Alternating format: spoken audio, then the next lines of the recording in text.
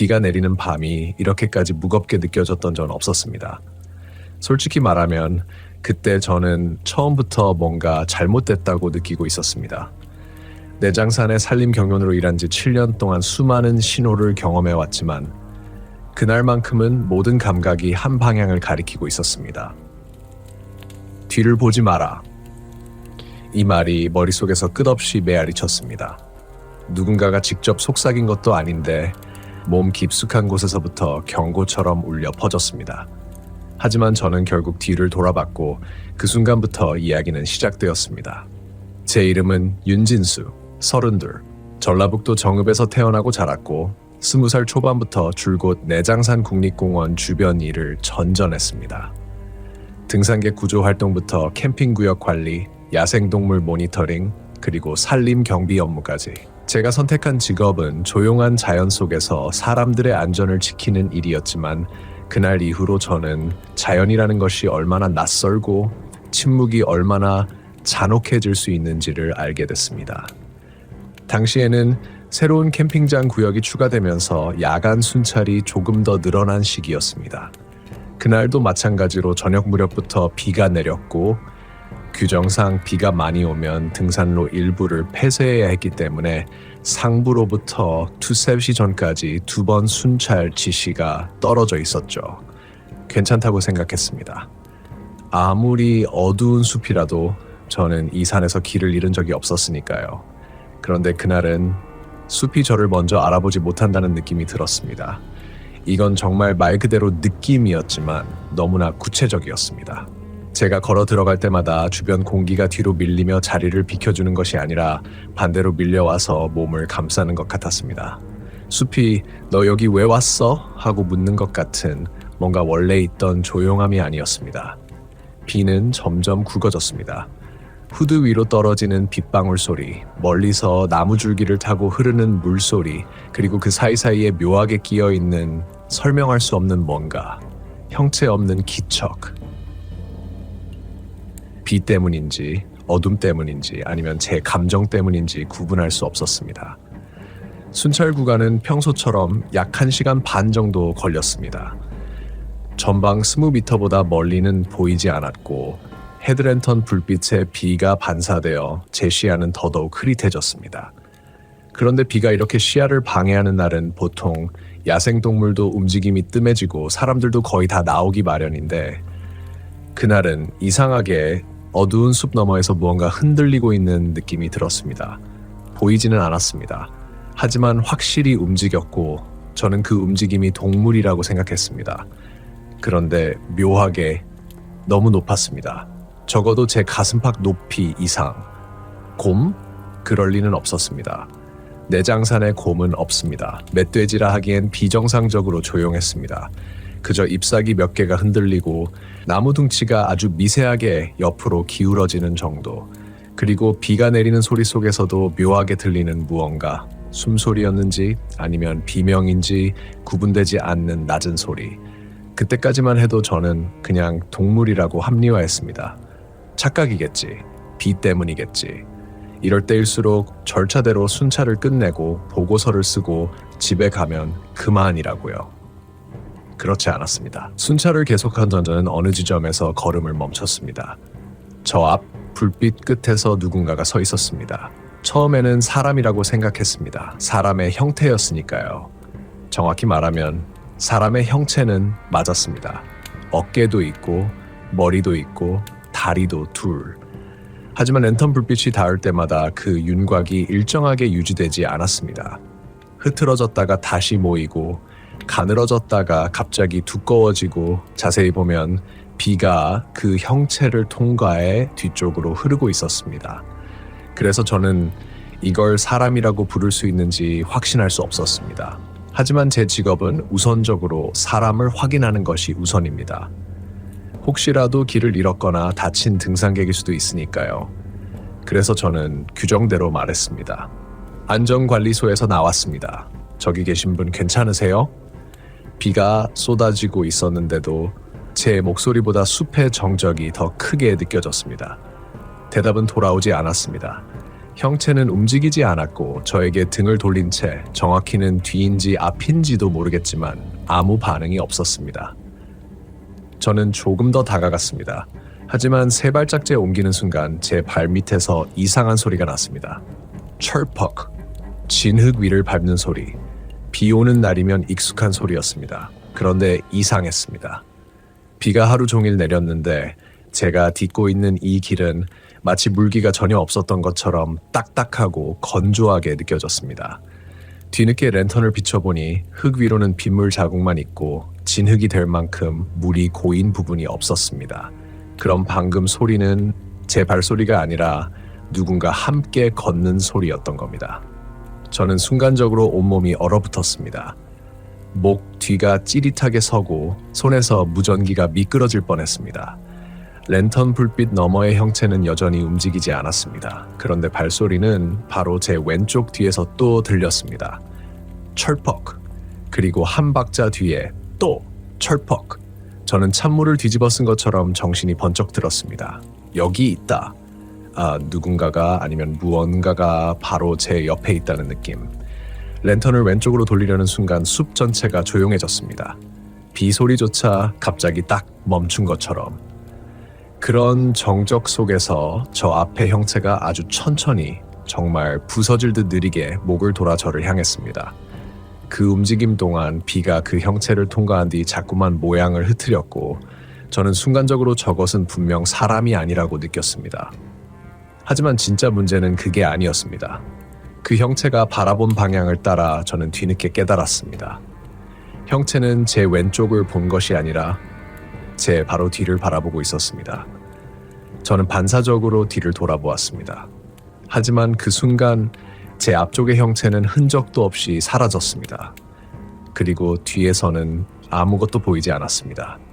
어쩌면 그게 가장 끔찍한 순간이었습니다. 눈앞에 아무것도 없는데 확실히 누군가 있었다는 감각만 너무 생생했습니다. 제가 숨을 들이마시는 그 짧은 시간 동안 제 등 뒤에서 아주 낮은 젖은 호흡 같은 소리가 들렸습니다. 습, 후, 그것은 비가 멈춘 숲 속에서 너무나 또렷하게 들렸습니다. 저는 바로 무전기를 잡아 메인을 눌렀습니다. 본부, 여기 3구간 확인 요청합니다. 누군가, 그러나 무전기는 지직 하고 끊겼습니다. 그리고 같은 소리가 제 바로 뒤에서 들렸습니다. 지직, 제가 누른 무전기 소리가 아니라 무전기 너머에서 나는 소리처럼. 마치 제 뒤에 있는 존재가 제 무전 신호에 반응하는 것처럼. 저는 더 이상 뒤를 보지 않았습니다. 정확히 말하면 볼 수가 없었습니다. 온몸이 굳어버렸고 다리에 힘이 빠지고 머릿속에서 도망쳐라는 말만 점점 더 크게 울렸습니다. 그리고 그때 제가 처음 들었던 그 형체의 움직임 소리가 다시 들리기 시작했습니다. 하지만 이번에는 숲 곳곳에서 동시에 들렸습니다. 좌측 7시 방향에서 철퍽, 우측 2시 방향에서 철퍽, 바로 정면에서 철퍽, 그리고 제 등 뒤에서 한 박자 늦게 철퍽. 저를 에워싸고 있었습니다. 비는 여전히 내렸지만 그 발소리 위로 묻히지 않았습니다. 말 그대로 제 심장 박동과 겹쳐질 만큼 가까웠습니다. 그때 저는 확신했습니다. 이것들은 땅을 딛지 않는다.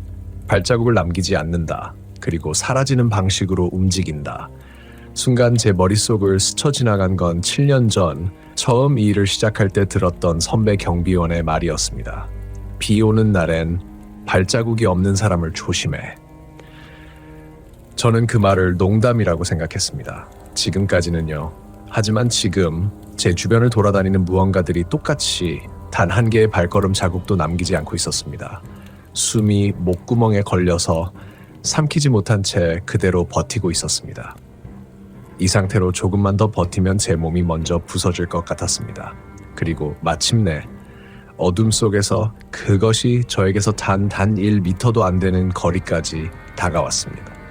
저는 보지도 못했습니다. 하지만 느껴졌습니다. 사람의 체온이 아닌 비에 젖은 땅의 온도 같은 차가움이 제 바로 뒤에서 올라왔습니다. 그 순간 제 발이 움직였습니다. 도망쳐야 했습니다. 어떻게든. 발이 바닥을 차고 나가는 순간 무릎에서 떨어져 나갈 듯한 고통이 전해졌습니다. 하지만 통증을 느낄 시간이 없었습니다. 제가 움직이자마자 주변 숲속에서 동시에 무언가가 반응했습니다. 철퍽, 철퍽, 철퍽. 발자국은 아니었지만 확실히 저를 따라오는 소리였습니다. 비가 내리는 어둠 속에서 줄기와 가지가 저를 때리며 스쳐 지나갔습니다. 헤드랜턴은 제대로 앞을 비추지 못했고 빛이 닿는 부분마다 비가 퍼져 시야가 산산이 깨졌습니다. 숨이 턱까지 차오를 때쯤 저는 알았습니다. 저것들은 땅에 발을 딛지 않는다. 하지만 소리는 나고 있었습니다. 제 뒤에서, 옆에서, 위에서 숲 전체가 움직이는 것처럼 느껴졌습니다. 머릿속은 이미 패닉 상태였습니다. 아드레날린이 폭발하는 느낌과 동시에 어쩌면 이미 도망칠 기회를 잃은 게 아닐까 하는 끔찍한 생각이 뇌 한쪽에서 틈을 비집고 들어왔습니다. 내장산에서 이런 식으로 사라진 사람들의 보고서가 몇 년에 한 번씩은 올라왔습니다. 등산 중 실족했다고 결론 내린 사례들, 악천 후로 구조가 늦어져 변사체로 발견된 사례들. 그때마다 우리는 자연이 사람을 집어삼켰다고 말했습니다. 저도 그 말을 믿었습니다. 하지만 지금 저를 덮쳐오는 공포는 자연이 아니었습니다. 저는 뛰면서 무전기를 다시 켰습니다. 엄지로 메인을 눌렀고 숨을 몰아쉬며 외쳤습니다. 3구간, 긴급, 지원, 이쪽에. 말이 끝나기도 전에 무전기에서 지직하는 소리가 들렸습니다. 그리고 아주 낮은 목소리. 어디로 가? 순간 손가락이 굳어졌습니다. 저는 아무 말도 하지 못했고 무전기 저편에서 이어진 그 소리가 비명처럼 제 귀를 파고들었습니다. 거기 멈춰. 사람의 목소리가 아니었습니다. 하지만 사람을 흉내내려는 무언가였습니다. 억지로 형태를 맞추려다 보니 낮은 음과 높은 음이 동시에 섞여 기괴하게 울리는 소리. 저는 거의 떨어질 듯한 손으로 무전기를 꺼버렸습니다. 그리고 다시 뛰었습니다. 달리고 또 달렸습니다. 비가 제 얼굴을 때려 흐려진 시야를 닦을 틈조차 없었습니다. 숨은 이미 쇳덩이를 삼킨 것처럼 무겁게 들렸고 온몸에서 진흙과 물이 튀어오르며 뒤엉켰습니다. 그런데 뛰는 동안에도 똑같은 철퍽 소리가 제 뒤에서 일정한 간격으로 들렸습니다. 하지만 아무리 빨리 뛰어도 그 간격은 좁혀지지 않았습니다. 마치 제 속도에 맞춰 따라오는 느낌. 일정한 거리, 일정한 박자, 저를 맹렬히 추격하는 것도 아니라 그저 같이 움직이는 존재처럼. 그게 더 무서웠습니다. 제가 도망치는 게 아니라 저것들과 함께 이동하고 있는 것 같은 느낌. 제가 뛸 때마다 저것들도 같은 걸음수로 따라오는 듯한 리듬. 이건 따라오는 게 아니라 나를 안내하는 것 같은데 그 생각이 머리에 스치자마자 숨이 확 막혔습니다. 저들은 저를 몰고 있었습니다. 어디론가. 그러다 갑자기 숲이 뚝 끊어진 곳에 다다랐습니다. 보통 순찰 구간 안에서 보기 힘든 위치였습니다. 해가 지고 난 뒤에는 접근 금지 구역에 가까웠고 지도상에서도 선명하게 표시되어 있지 않은 곳, 가시나무와 잡목 사이로 좁게, 아주 좁게 길이 나 있는 곳이 하나 있었습니다. 저는 처음 보는 길이었습니다. 그런데 이상하게 이 길이 낯설지 않았습니다. 마치 오래전 누군가가 이 길을 걸었던 기억이 제 몸 어딘가에 남아있는 것처럼. 그 길을 바라보는 순간 주변의 소리가 완전히 가라앉았습니다. 뒤에서 따라오던 철퍽 소리도 사라졌습니다. 비가 내리는 소리만 들렸습니다. 순간적으로 저는 무언가에 홀린 듯 그 길 안으로 들어가려 했습니다. 그 방향이 맞는 것처럼 느껴졌기 때문입니다. 비가 더 안전하게 들리는 방향, 숨이 조금 덜 막히는 방향. 머릿속이 흐려지고 그저 그 어둡고 깊은 공간으로 들어가면 모든 공포가 가라앉을 것 같은 기분. 한 발을 들었을 때였습니다. 발목을 누군가 거세게 붙잡았습니다. 저는 비명을 지르며 나무에 몸을 부딪혔고 반사적으로 발을 빼려고 뒤로 넘어졌습니다. 하지만 손에 잡힌 것은 사람의 손이 아니었습니다. 질척하고 차갑고 뼈인지 나뭇가지인지 모를 단단한 것들이 뒤섞인 느낌. 저는 거의 미친 듯이 다리를 빼고 몸을 굴러 뒤로 밀려났습니다. 그러고 나서 봤습니다. 그 길처럼 보였던 공간은 길이 아니었습니다. 그냥 숲의 빈 부분, 다른 곳보다 은히 어둠이 진하게 내려앉은 공간일 뿐이었습니다. 제가 들어가려 했던 곳은 그저 나뭇가지와 잡목이 엉킨 틈. 그 틈 사이에서 누군가의 손처럼 생긴 가지가 저를 잡아당기려고 움직이고 있었습니다. 그리고 그 틈 안쪽, 빛이 닿지 않는 그 깊은 곳에서 두 개의 희미한 하지만 확실히 저를 바라보는 시선이 있었습니다.